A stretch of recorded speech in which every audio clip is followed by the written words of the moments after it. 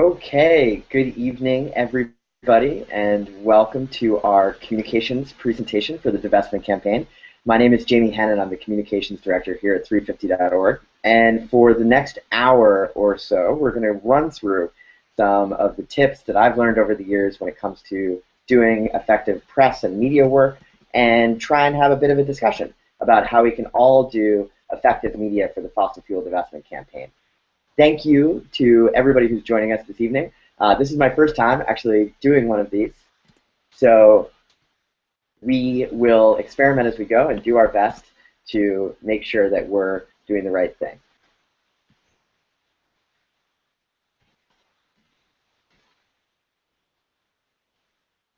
We're just going to check in on the tech. One sec.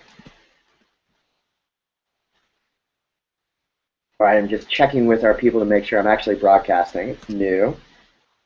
Tech team, does it look good? Fantastic. All right, it looks like we're underway. I've gotten the word. So moving in, what I want to do for the next while is run through a bit of a presentation and then have a discussion with all of you who are watching online about how we can work together to do effective communications and media work for the fossil fuel divestment campaign. Now, it's a bit weird to be staring at my computer screen, just sitting by myself, but I'll do my best to make this engaging for the next hour or so, and we'll field questions as we go to really try and involve all of you guys in the discussion. I'm coming to you live from Brooklyn, New York. I actually just got done with a day over at our organizing office for the People's Climate March, where it is a buzz of activity, and we're actually where we're talking every single hour about how to do effective communication. So this feels very present to me, and I'm excited to dive into it with all of you. What I'm going to try and do is share you all on a presentation that we're going to run through that goes over some ideas around communication for the fossil fuel divestment campaign. Let me just check with our tech crew to make sure that this is showing up okay. They'll ping me if it doesn't, and we'll try something different. But the idea of this presentation is to give you some tips about how to think through communications for your effort. So I want to go over some of the goals for the workshop that we're going to be doing for the next little bit. First, I really want to make sure that we can understand the importance of media and communications for our campaigns.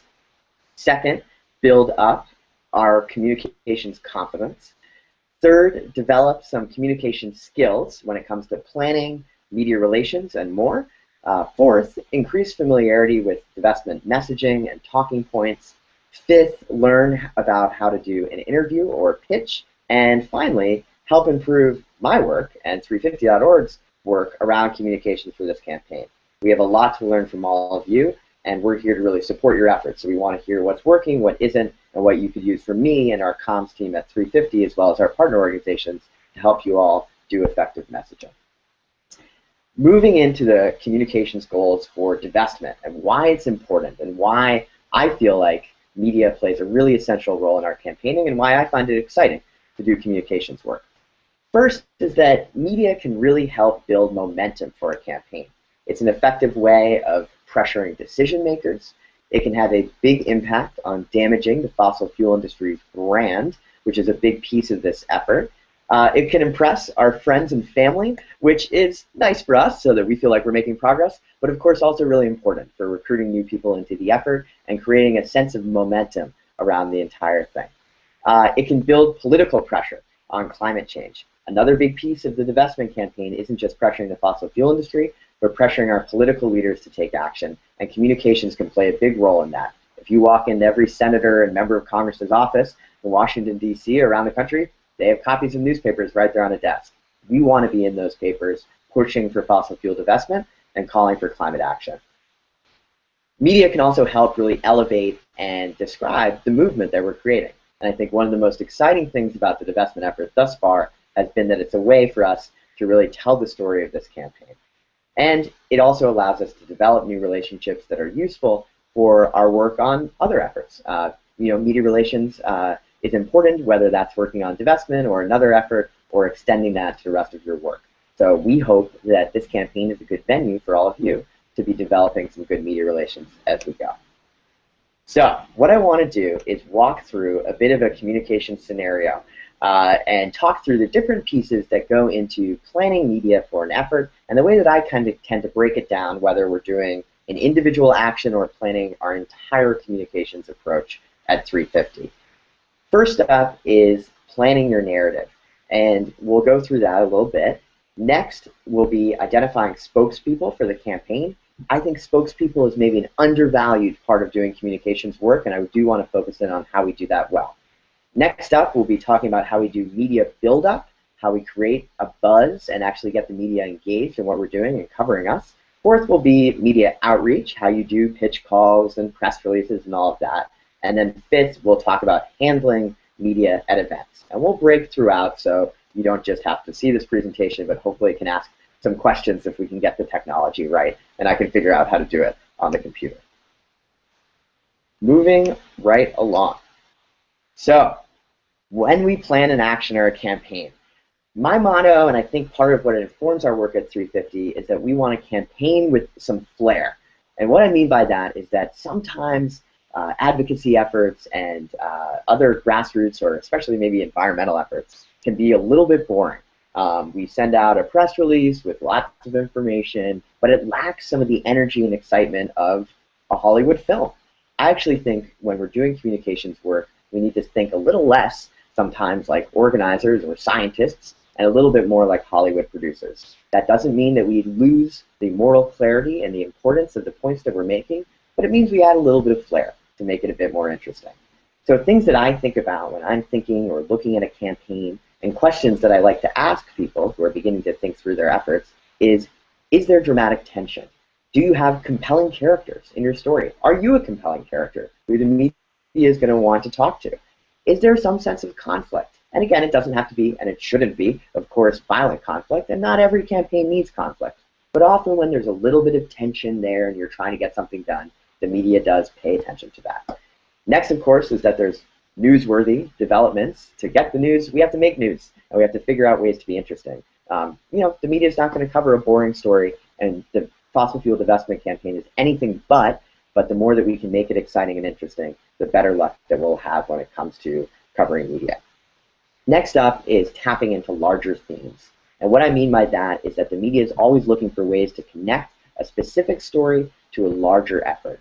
So the ways that we're able to connect our campaigning to big stories that are in the media about climate change, about activism, about the fossil fuel industry, about the financial markets, anything that we can connect to, whether it's a big ongoing theme or an immediate political event that's underway, the more likely we'll be able to insert ourselves into that story, and we can make sure that we're getting a part of that. Moving along. Oh, I lost my presentation. There it is. So, when we are planning the effort, one of the things that I like to think of are things to look for in our campaign. We just talked about this a little bit, but I want to really hammer it home because these exciting elements are really key when we think through how we're going to structure a campaign in a good way. One is intrigue. We want to make this intriguing and exciting for people. So if you can uncover any connections between the decision makers that you're targeting in the fossil fuel industry, if you can highlight some sort of potential interesting backstory to your effort, it's more likely the media will get involved. Next is, I'm sorry to say it, fame and fortune and influence. The media loves famous people. We do our best at 350 not to get sucked into working with celebrities all the time and greenwashing things and making them really blingy, but every once in a while you've got to figure out a way to bring in someone to really help amplify your message. The people we look for are people like Archbishop Desmond Tutu, who is famous for the work that he's done in fighting the apartheid regime in South Africa, who has a very clear moral voice and who can really add excitement to our effort. Speaking of the anti-apartheid movement, another great thing for the divestment campaign has been the history that we're building on, the shoulders that we're standing on. Tapping into that narrative, explaining the connections, and encouraging reporters and media to explore those connections has been something that's really worked well for us at our campaign and something you can do in your community or on your campus. Go to the library, whether it's on campus or in your town, and dig up old articles or content about maybe the struggles that happened in your community around the anti-apartheid movement, past divestment campaigns. That's great information and narrative to really fit in to the work that you're doing. Next up is really thinking about what makes your story unique. Is it the coalition you've brought together? Do you have unique characters? what are the ways that you can really think about trying to not make your story sound like every other piece of news, but really have a unique angle or hook. We also try and work in a lot of emotion to our stories, profiling individual people. We talk about symbolism, whether you're planning a rally at an iconic location on campus, or maybe even using your campus's logo in your campaign. That helps cue people to think about this in a different way. We try and tap into friendly competition between schools and towns of who will divest first. The media always loves that, and again, emphasis on friendly, but a sense of competition can help. And I want to highlight this in particular. We really are looking to highlight new voices, and I put new in quotes because oftentimes people talk about a new voice on climate change. There are incredible leaders who've been talking about climate change in their communities for a long time. They just may not have gotten the mainstream press coverage that they deserve. Or they might have been talking about climate change in a different way, focusing more on local social justice impacts or health issues. They're still a real voice for climate action and can be a huge voice on divestment. So they're new in the sense that maybe they haven't directly been connected or got in the spotlight before, but oftentimes not new because they've really been focusing on these issues for a long time. Moving ahead, you can see I put a clip in from a TV show in here that I used to watch. I haven't watched it for a while, actually. But one of the things I think about in creating an ongoing, or in planning a campaign is creating an ongoing narrative. This is important. Oftentimes we think about media as just doing a single press release or a single media advisory. What I like to think about when I think about structuring a campaign is how do you get a series of developments, ideally an escalating series, meaning that one thing leads to a bigger thing, leads to a bigger thing. That's much better than just a one event. Getting that snowball effect, whether it's about divestment or you all have probably read about the Keystone XL pipeline, that's a classic example of something that has really spiraled into an ongoing story so that there are daily news items about it, and it's provided us an incredible vehicle to highlight a lot of different issues. As you're thinking about this ongoing narrative, remember, variety is the spice of life. You shouldn't just put out endorsement letter after endorsement letter. Mix it up Mix it up a little bit. Have an action, then put out a letter, then get a celebrity sign-on, then do a report, then go back to having an action. Creating that variety really keeps people interested and keeps people engaged. You also, if you can, want to create a back and forth with your media target or the person that you're really pushing. So try and get your president of your college campus to make a statement. That will help kind of get the media engaged. But also know when to take back control of the ball. You don't want to let the narrative escape you. You really, as much as possible, want to make sure that you're able to keep telling your story. So what I want to do is pause for a moment, check in with the tech people who are helping me out here to make sure that all of this is going well. And I know that there's a little bit of delay on the video. And take a couple minutes on your own to imagine that you have to script out how divestment will play out over the coming months in your community or on your campus. What are some events or developments that you could organize to fuel a compelling media narrative? And can we assemble these into a compelling arc with the right sort of rhythm?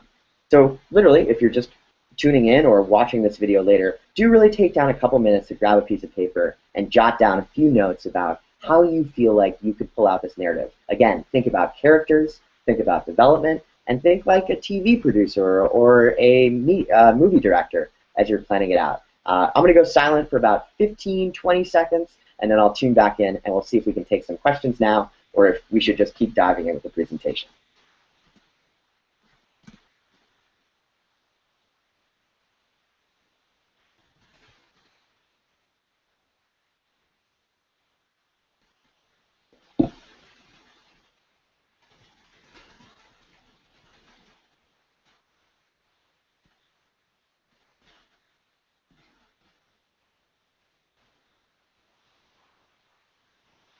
Okay, hey everybody, I'm back. Thanks again for tuning in and planning all this. What I want to do now is take a couple questions that have come up from Twitter and the discussion and dive into a couple of those, and I may actually save some of them for later as we go into more of the presentation. So, a couple of the questions that people have asked. Number one, what is a good example of a marketing campaign that is very well done that has all of these elements that you are discussing? Intrigue, Hollywood flair, hero, villain, all of that. That's a great question. I think that this isn't a marketing campaign, but I did mention the effort on the Keystone XL pipeline. That has been, for me, just a phenomenal ride to get to be a part of. And we've really benefited from the amazing coalition really led by our Indigenous partners and partners on the ground in Nebraska. It's had everything that you would want for a media campaign. It has intrigue with the scandals around the pipeline and the contractors and where the route is going to go and what impact it will have on Obama. It has flair, often that we've brought through big sit-ins from characters like Randy, who's defending his land in Nebraska. It has a definite hero, the indigenous groups on the front lines of the tar sands fight, the ranchers in Nebraska, everybody, maybe including some of you that have taken action at Keystone protests. And it has a definite villain, TransCanada and the tar sands industry. And we've also, I think, been able to really tap into celebrities and influencers in a good way. So that's one example. Next up, a question was, what do you do when you are explaining divestment to people who don't think divestment in South Africa was a good idea? We're actually going to touch more on the specifics of talking points around the divestment campaign later on, so I'm going to save that one. Number 3, what's the best way to maintain continuity in communications when people have such short attention spans? Very good question. It is increasingly difficult to actually get the media to focus on anything and to get the public to focus on it. That's why I feel like we do need that variety, and you need to think about an escalating narrative and a lot of different events. Do not spend 3 months planning one big event. Or if you are going to spend 3 months, that's okay. Plan a bunch of little events along the way. We need constant ways to keep this getting at reporters, keep things in the press, and keep the story moving. It's hard. It takes a bunch of work. You're going to need a team, and you're going to need people to turn to, or you're just going to really need to like writing press releases like me. But the more that you can do to keep things popping up, the better you can get people to really focus on. Giving an example of a local divestment campaign that was successful in getting media coverage. I think a lot of our campaigns have done phenomenal work in getting media coverage. Divestment in many ways started at Swarthmore College. They've done a great job of getting media from the campus newspaper to the New York Times. A lot of our friends in Massachusetts have done a lot of great press work over their community divestment campaigns and the work that they're doing at the state level. Moving into another question, part of the point of divestment is to educate people about complicated things like the carbon bubble. How do you get media outlets to include these important but boring technical details? That is a great question. Actually, I found that when you have a really compelling and interesting angle like the carbon bubble, sometimes press really gets into it. You just have to find a way to really take the time to build it out with them. And we're actually going to talk a bit more about those media relations and some strategies about how to get a reporter on the line to pay more than 15 seconds to your press release. But I think that actually the complicatedness of divestment and the content richness of carbon bubbles and stranded assets and performance and all of that is a strength for the campaign. It keeps the narrative interesting, and it really gets media to dive deeper and not feel like this is just activism, but really has a substantial impact on the way that we're structuring our economy and the discussions that we're having around climate change. So we've taken some questions. I want to go back to the presentation if I can figure out how to do it. It looks like it's showing up for me, so I'm going to dive back in. Moving ahead, let's talk about spokespeople. You may recognize this guy, Bill McKibben, who's been one of our great spokespeople over the years. Some of the things that I think about when I'm looking for spokespeople or talking to people who want to be spokespeople is a number of different factors. First off, it's really helpful to have a distinct identity or attitude. That means that there's something that makes you unique and interesting. Think about the people that you like seeing on TV or the people that pop up in the press. Often they're a little bit quirky. They have a little bit of an attitude. They use folksy sayings. All of those things make people a more compelling spokesperson to the media. Look, reporters are people too. They want to interview people. They want to talk to people that have a little bit of character, not just a boring person who repeats talking points all the time. So don't shy away from finding people or yourself showing a little bit of identity and attitude. No need to completely overdo it. We don't want to become caricatures of ourselves. And again, we have serious things to convey. But the more that we can do it in a compelling way, the better.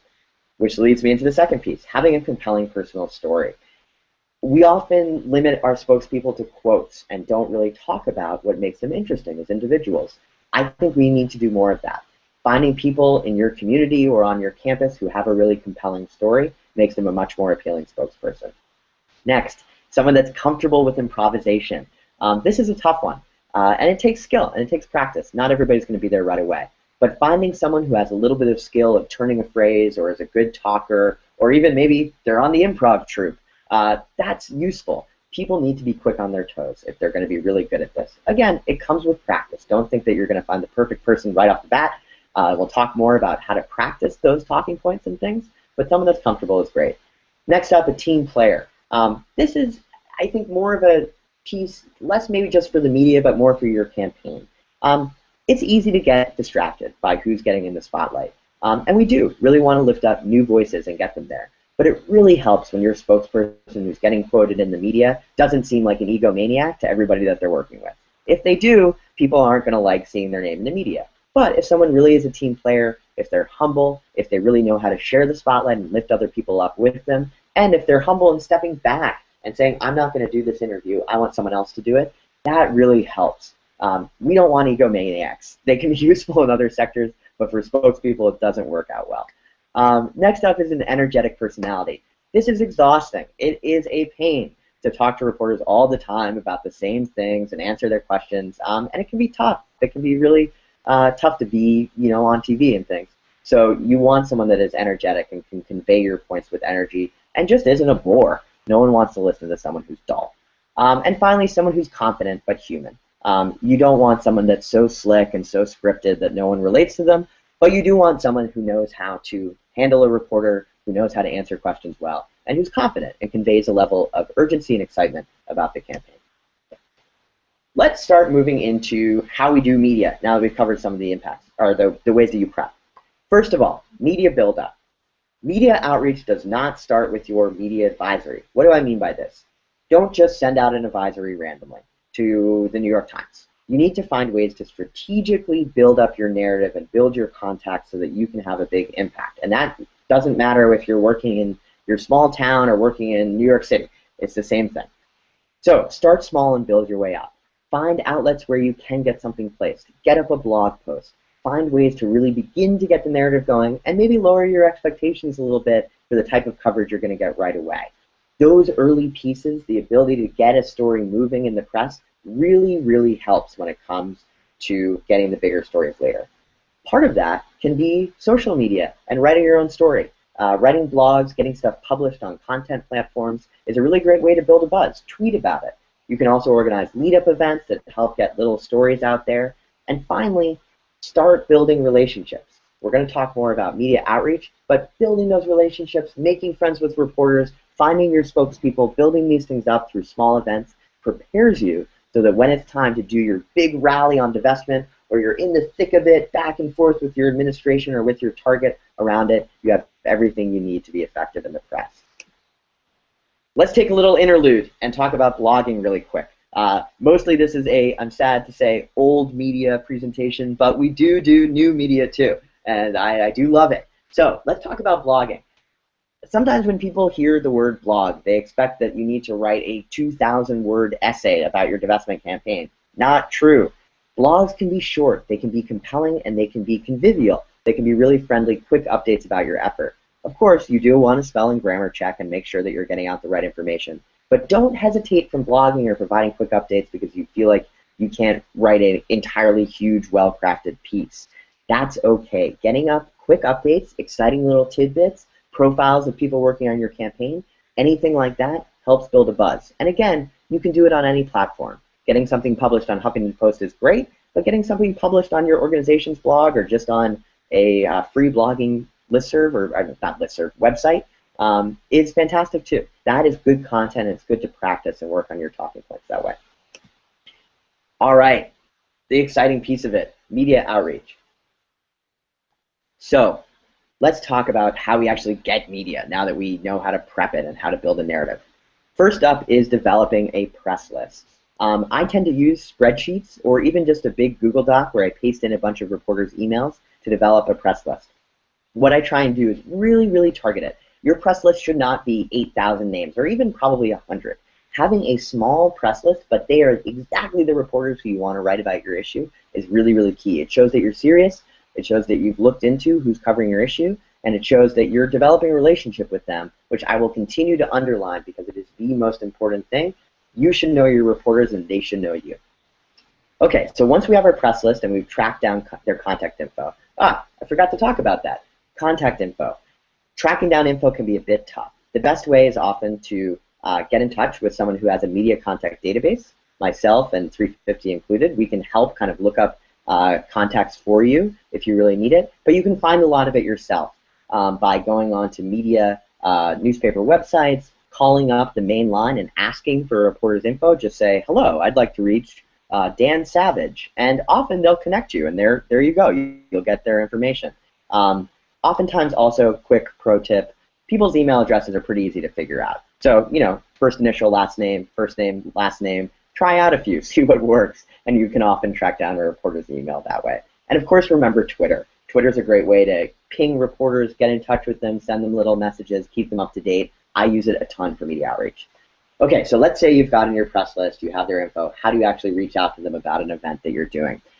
First up is thinking about sending a quick personal note to give them a heads up about an event 1 to 2 weeks before the event is taking place. So what that means is it's not a full media advisory, actually. It's just a quick note saying, hey, something's really heating up on campus. We'd love to keep you in the loop. That's just a great way to remind the reporter that you're there and cue them. And again, think about it. They don't like reading long emails all the time. Sometimes a couple sentences is way more effective than a huge press release. And guess what? It's way easier for you too. So this is to your benefit when you're busy and doing a million other things. Second up is the media advisory. This I usually like to send out a week in advance, but to be honest, often things come together last minute and we have to send it out the day before or 3 days before. The more lead time you can give, the better, but don't hesitate to send something out last minute if you have to. Next up, phone call. Phone. I know the phone could be a scary place. I feel awkward talking on the phone with reporters, and I've been doing it for many years now. It is so important. Do not just send emails or press releases. If you can get someone on the phone, you establish that connection, it's a great way to hound them down. It's also intimidating, and it also sucks to be turned down. It is like speed dating in the worst way. Steal your ego and remember that people love you, and then call reporters and have them say they're not interested or they don't want to take your phone call, because every once in a while you'll break through and suddenly you'll be talking to Ari Shapiro from NPR, and it will be like a dream come true. I guarantee it. Be dogged in your phone calls for people. And then again, if you're doing an event or you're trying to get out a piece of news, doing a quick note or a quick reminder of phone call on that day or the morning of your event is a great way just to remind press. You don't need to send them a huge long thing, but just a quick hit saying, hey, remember, big event today, or here's the media advisor again, and paste it below your signature. That's a great way to remember how to get press engaged. And next up, have all your info prepared. When you're pitching the press, it's really important to going for your info to have that and to really share it out. And next up, finally, just develop a relationship. The more that you can share with people what's going on, the better. So let's talk about media outreach. How do you talk to a reporter?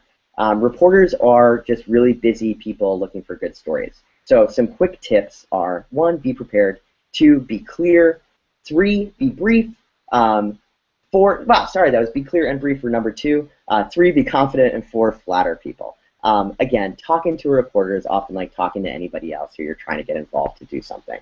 So you'll see I put a quick script in there. Asking for a reporter, calling them up, and seeing is a really easy way to get them engaged. And you do want to have your quick pitch down so that you're not wasting their time and so that they have a chance to ask you questions. Practicing these phone calls, practicing pitching on friends, practicing just trying to get strangers to get involved in your story, the more, the better.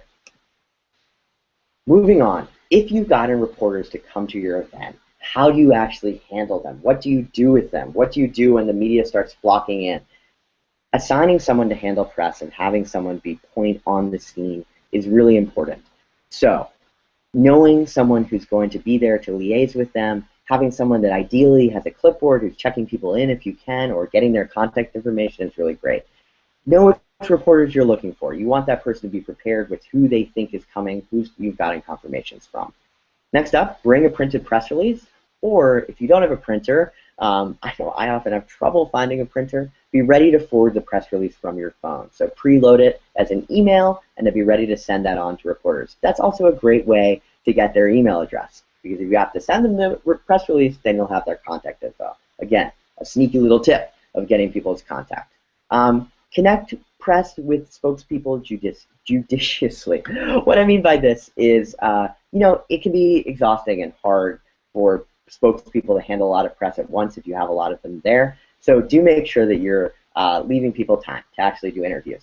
Reporters can get really frustrated if there's a million cameras around or they don't have enough time with your spokespeople.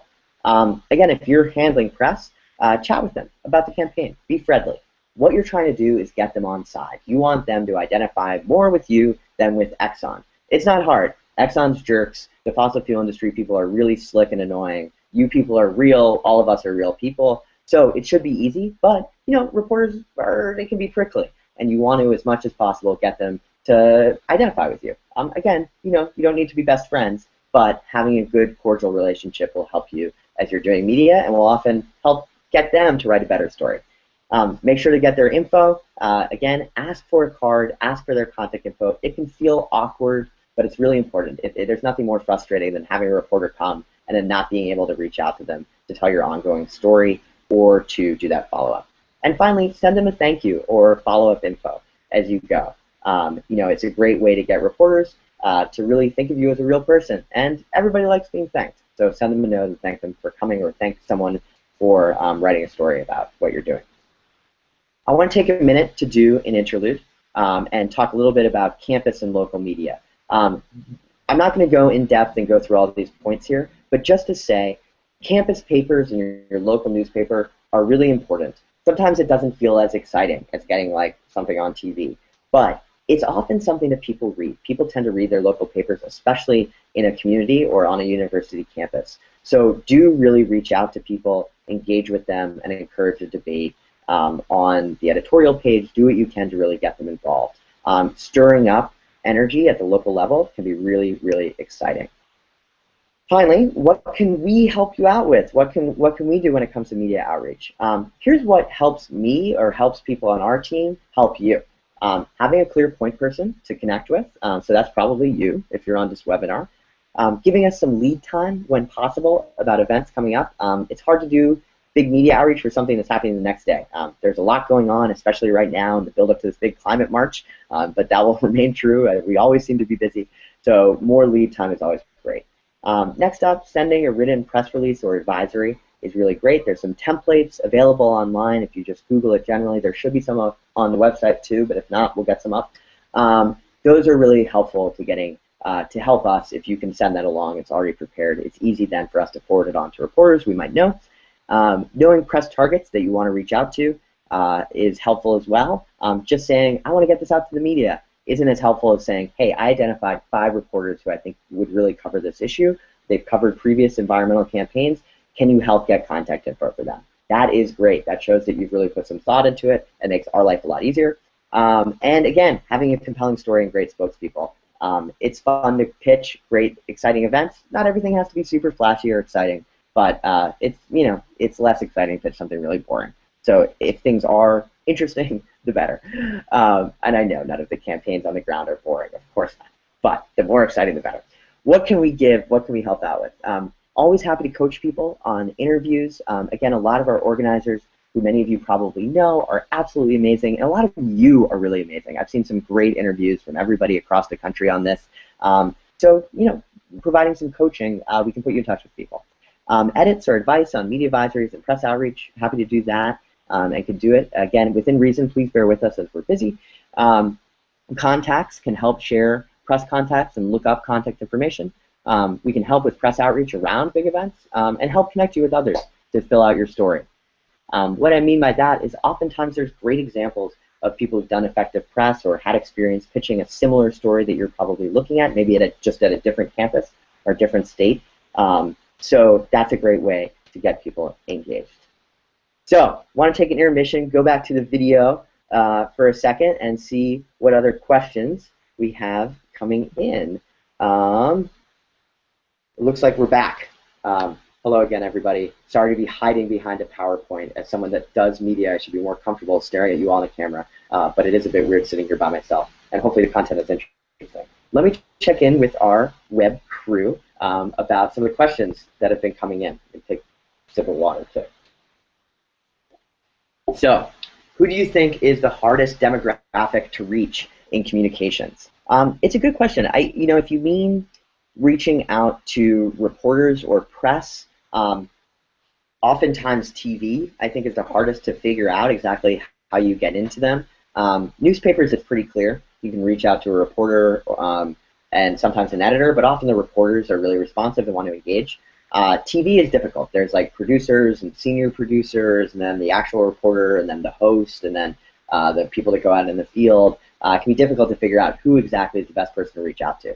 In terms of demographics of like how do we reach out to demographics of people that are reading media, that's something we really need to improve in. I think we're pretty good at reaching environmental media with the divestment campaign. We've gotten lots of coverage. And we're pretty good at reaching kind of like mainstream media. There's been a bunch of New York Times stories and NPR and all of that.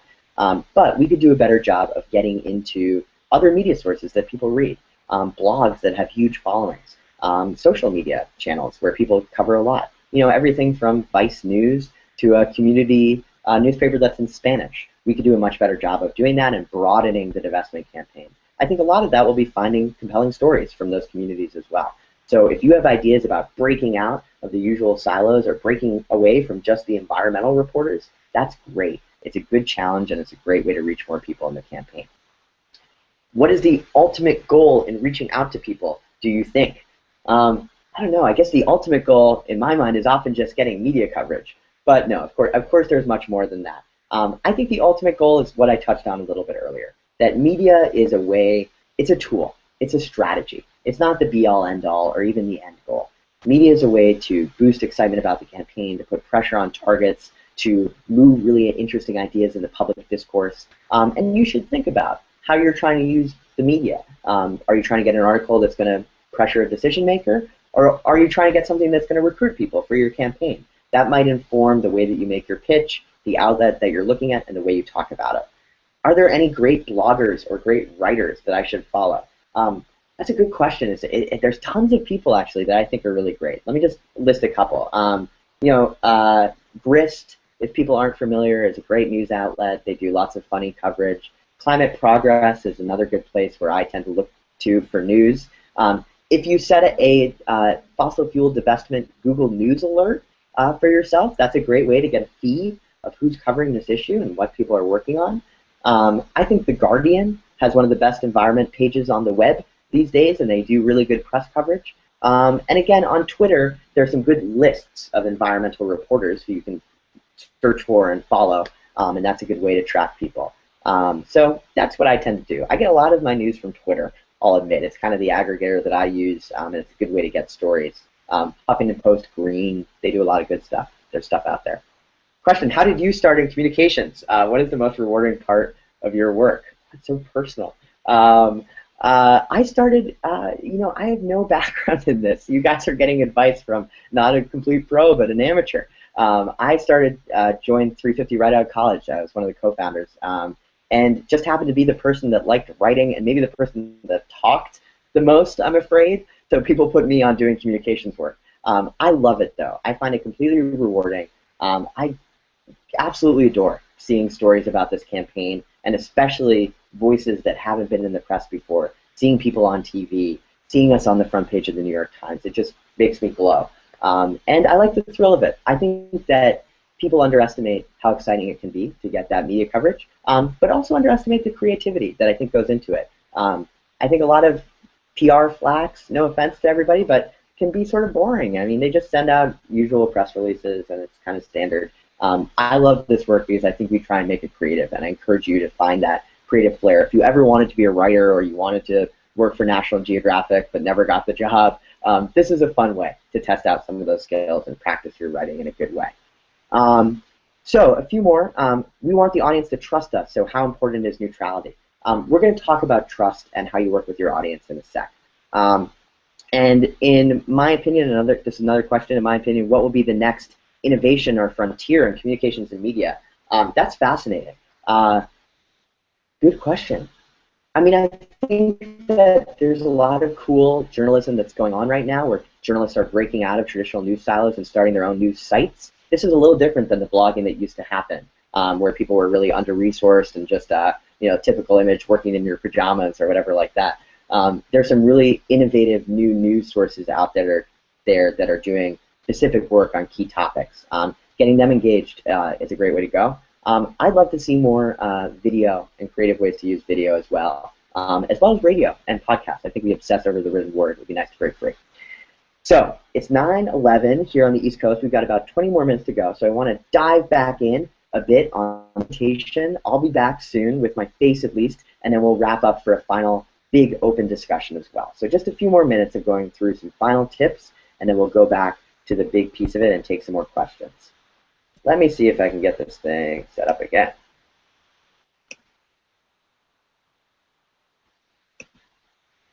There we go. Okay, cool. So moving forward, let's go to the next slide if I can find it. Too many screens open. Here we go. All right, so just want to go over the goals again. We've talked about sharing common understanding of how we run these communications, talking about build our confidence of talking with people, develop communication skills. Now I want to go into the talking points and exciting pieces. These are really small to read if you're looking at a screen. Hopefully you're not just watching on your phone because it would be impossible to see. But I don't want to spend too much time on talking points. I think people obsess over talking points. They're really important. It's a good thing that you want to practice on your own, and it's less good for me just repeating them at you or running through them. So let's do it quickly about some general pointers of how to think about talking points and how to use them effectively. First of all, paint a picture. What I mean by this is really create a sense of a story when you're talking to people. So for example, this quote, "These are students who still carry inhalers in their pockets because they grew up next to a coal plant and get asthma attacks on bad air days." That has a picture, it has descriptive imagery. It talks about a really personal and pretty heartfelt and hard to hear story. It shows people what we're talking about and what's at stake. That's much more compelling than just saying, coal is bad or pollution, we want to avoid pollution. Making it personal, painting a picture of individuals, tying it back to real life stories is really, really important. You can see I'm sort of obsessed with telling a story. I keep saying it. But tell a story. Use narrative. Get people engaged. The human ear is always searching for stories and cues that fall into a narrative and build a sense of momentum. Using that in our talking points, using that in our interviews, using that in our press releases is really exciting. It is a good way to reach out to people. Do know a few key statistics. Now, you don't need to memorize every last thing about divestment or every last fact about climate change. In fact, that's what intimidates, I think, a lot of people from doing good media. But it is really helpful to know one or two specific statistics. For one, it shows that you're knowledgeable and it can build trust with your audience. Second, it impresses a reporter. And third, even if you only know a couple, it can make you sound like you really know what you're talking about on a lot of different things. So knowing that there are 200 fossil fuel companies on our list, or that we need to keep at least 80% of carbon reserves in the ground, having a couple numbers like that on the tip of your tongue that you're used to saying is really good. Next up, this speaks to one of the questions that people had earlier. Identify, how do you get people to trust you? A big piece of that is identifying with your audience. You guys will probably recognize this when you see interviews on the media. Or you look at politicians. You know the famous Bill Clinton line, "I feel your pain"? That's a classic example of someone who is identifying with the audience to build a sense of trust. There's actually whole clinical psychological studies about the fact that people tend to believe people who they trust far more than someone that they don't identify with. So when you're thinking about the audience that you're trying to reach, whether it's other students or your administrators or just the skeptical public, you want to identify them. So, for example, we can say one of our major worries was that divestment would cost a college a lot of money and slash into financial aid. But actually, when you look at the numbers, that isn't the case. That's a way of showing that we take concerns seriously, that we're not just brushing them off, but that we actually have the facts on our side and we know something serious. So that's a good way to, just a tip of how to identify with people. There are messaging guides up on the website, and there's some great examples of divestment talking points floating around online. And again, look at previous articles, and if you go on YouTube, there are interviews that people have done. It's a good way to familiarize yourself with some of the work that's out there. You'll want to have a way to answer the question, what is this campaign all about? Again, practice that. Use it yourself and talk them through. The best talking points are ones that feel real to you, that don't feel stale, that don't feel like something you memorized and are repeating like a robot, but feel like something you would actually say to people. Makes it all the better. Let's talk quickly about doing interviews. I'm going to move a little bit quickly through these different pieces because I want to make sure that we have time for a discussion, but I do want to go over spots of it. There are some great resources online that speak to how to do interviews well, how to be on camera, how to really relate to journalists. Since this isn't super specific to divestment in particular, that's why I don't want to spend too much time on it, but I encourage people to go look for those things online. There are actually some great courses, too, that people offer that you can probably Google up, and it's really fun to go to them. I found it immensely helpful to do real-life practice. So I'm going to whip through a bunch of these, and then we'll open up for this discussion. Practicing interviews. Tone, body language, and character are just as important as messaging. You know, people really trust people that convey a good sense of energy and momentum via video or even via the radio especially. So think about that. Don't just memorize your talking points. Think about your entire presentation. Practice out loud when you're in the shower, when you're going for a walk. You really want to literally out loud say these words, talk about divestment, know your talking points, practice with your friends. One tip that I use is imagine your favorite actor or someone you really admire and imagine how they would present it. Now again, don't impersonate anybody, don't get ridiculous, but try and convey that sense of warmth or confidence or excitement that you think someone else does really well.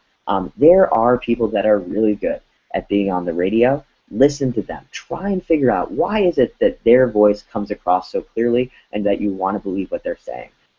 Repeat your points. Keep answers short and specific. Make sure you bridge back to your topic when you want to do it. So if someone asks you a question about, well, you know, what about China and why aren't they cutting emissions faster, say, look, the thing I want to talk about is what we can do here in the US.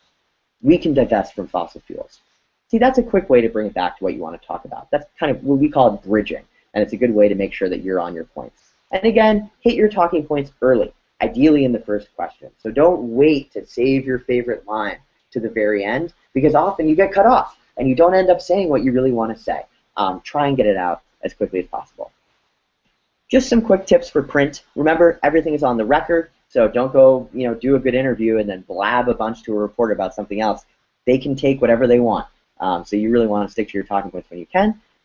You don't need to take the bait. If they're trying to get you to talk about something, just say, I don't want to talk about that.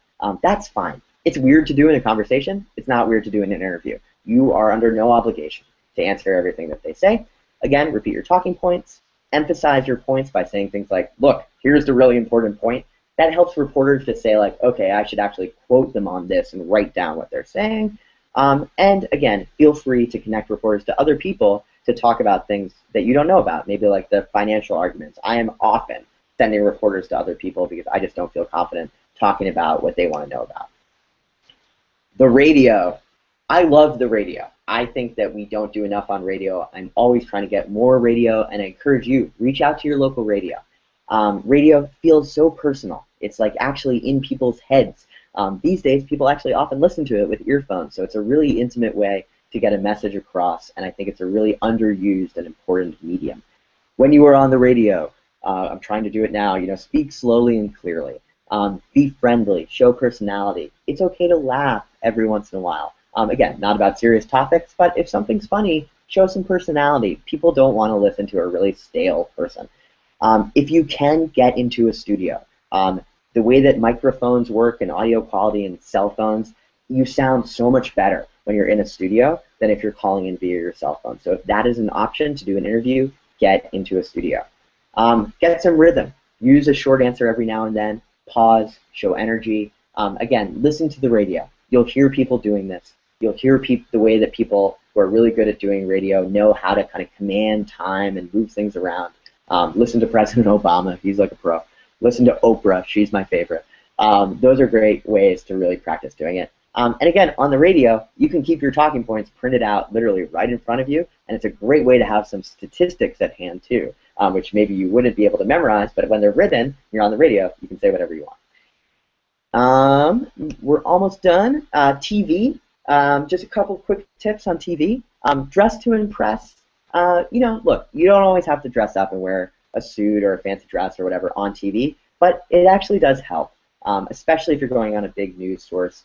This isn't usually the option to like totally wear your wild ripped T-shirt. You try and wear something that looks pretty good. Again, people tend to trust you a bit more, and you just don't distract people with what you're wearing. It sounds silly, but oftentimes people just get so distracted by looking at you, they don't listen to you. You don't want that to happen. You want to get your message across. Just quick things, no stripes. Stripes end up looking super weird on TV. Dark colors really help usually with making sure that you're not the light isn't reverberating off your bright white T-shirt and freaking people out. And again, check your collar, make sure you're not like all looking crazy. And if you're in a studio, ask for makeup. I don't usually wear makeup, but I always ask for it when I'm on TV because you look sweaty otherwise. Think about your posture. Make strong, clear movements. I love gesturing and flailing wildly. It makes you look crazy on TV. So try and have strong, clear movements, and don't move your head around a ton. Make sure the camera is eye level with you if you're doing it via video Skype. I'm not entirely there right now. And again, you know, try and seduce the camera. Have that, you know, knowing smile. Don't be a creep, but you know, really try and be warm. It's really easy to get freaked out when you're on camera, to feel super weird because it's a weird experience a lot of the time. The more that you can convey that you're a real life person who's prepared and has their talking points but still a person, the better. So in conclusion, here's some of the things that if you walk away from this taking nothing else, I hope that you take. First of all, think of yourself as a storyteller.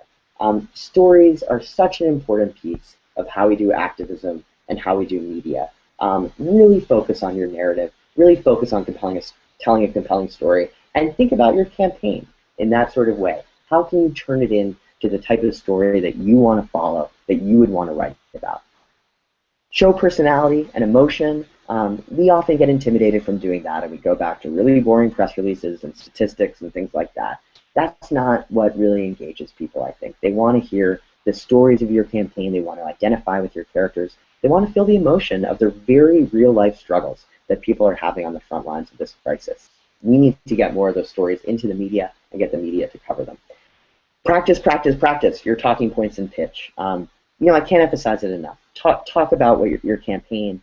Talk to your friends about it. Practice in the shower, whatever it takes. The more fluent you are with your talking points, the more confident you are, the better. I've been talking about divestment now for probably a year and a half or longer. I'm still coming up with new talking points or figuring out that something doesn't work.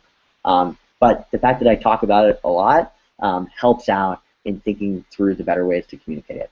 And finally, build friendships with the press. You know, reporters should be your friends. Ideally, you're grabbing coffee with them or grabbing a drink with them. They'll probably never be your best friend, and you don't want to get so close to them that you're, you know, ever sort of putting them above your campaign or your goals. But the better you know them, their quirks, what they like writing about, the things that you shouldn't pitch to them because they'll do a really bad job covering it, the better.